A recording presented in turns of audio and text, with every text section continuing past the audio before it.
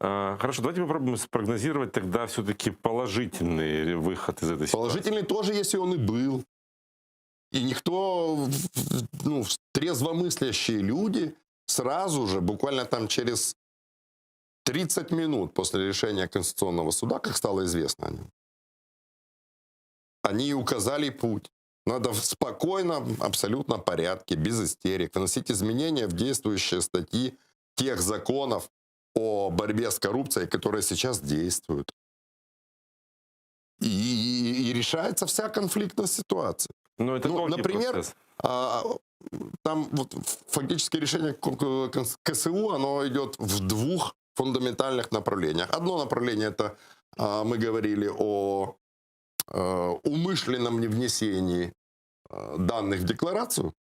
Кстати, товарищ зритель, хотел бы вам напомнить, что наш ныне действующий, здравствующий президент уже дважды умудрился нарушить подачу сведений собственных в декларацию.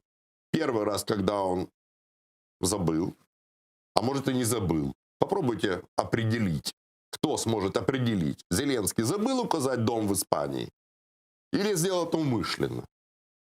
И второй раз в этом году, когда опять забыл или не забыл указать доход в виде 5 миллионов гривен, полученных за облигации. Так вот, вы такой честный, объективный человек, а я хочу верить, что вы именно такой. Ну, попробуйте каким-то образом обосновать, эти действия это умышленные или неумышленные.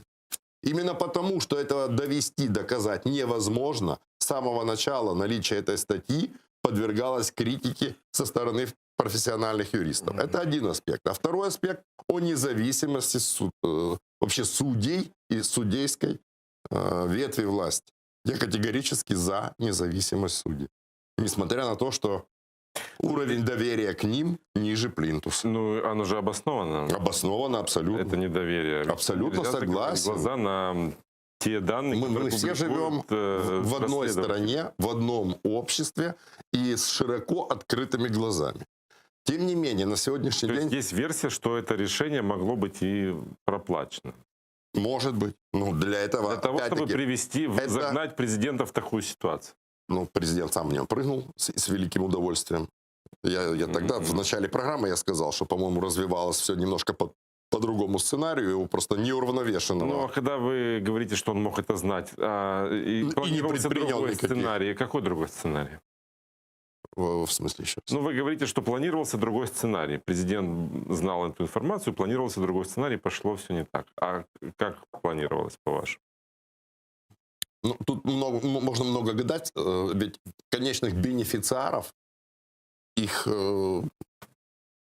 не один и не два. Это абсолютно такой прямолинейный подход, что вот сценарий разгона Конституционного суда выгоден только Зеленскому. Абсолютно нет. Во-первых, Зеленский сам по себе не самостоятельная фигура. Им управляют, им двигают. Значит, в первую очередь это выгодно тем, кто это осуществляет. Опять возвращаясь к вопросу о монофракции. Но это что же не секрет, что ее уже в реалиях ее не существует. Минимум 5-6 групп влияния. Кто влияет этими группами? Это и есть конечные бенефициары любого развития сценария. Потому что Зеленского вы назначать... называете как бенефициара, а кто еще?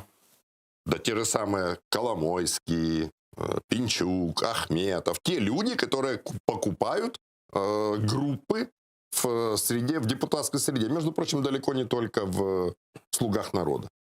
Но по большому счету у Зеленского выгоды от такого решения мало Конституционного суда. Почему же это? Получить управляемый Конституционный суд – это мечта любого президента. Ну, вы же сами говорите, что провернуть то, что задумал Зеленский, практически нереально. Это приведет к катастрофе. Для этого надо это понимать.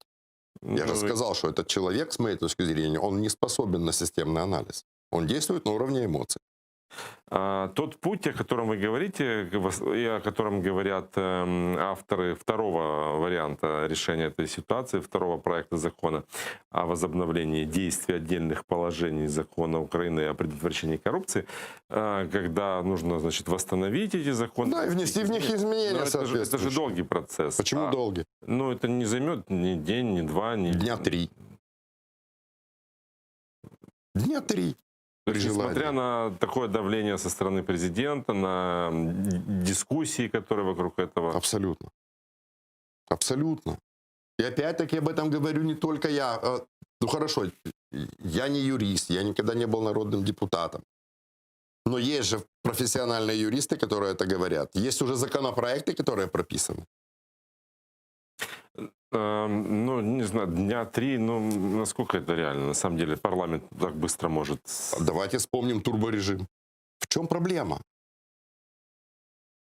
За полдня проводятся заседания профильного комитета. Максимум за полдня. Он уже заседал вот вчера. Он рассмотрел этот второй вариант, который Разумкова. Заключение есть уже? Заключение рекомендовал его к срочному рассмотрению. И 6 ноября депутаты будут голосовать за заключение этого законопроекта. О чем мы говорим? О чем мы говорим, если я с самого начала сказал, что это мыльная бульбочка, которую назвали конституционный кризис?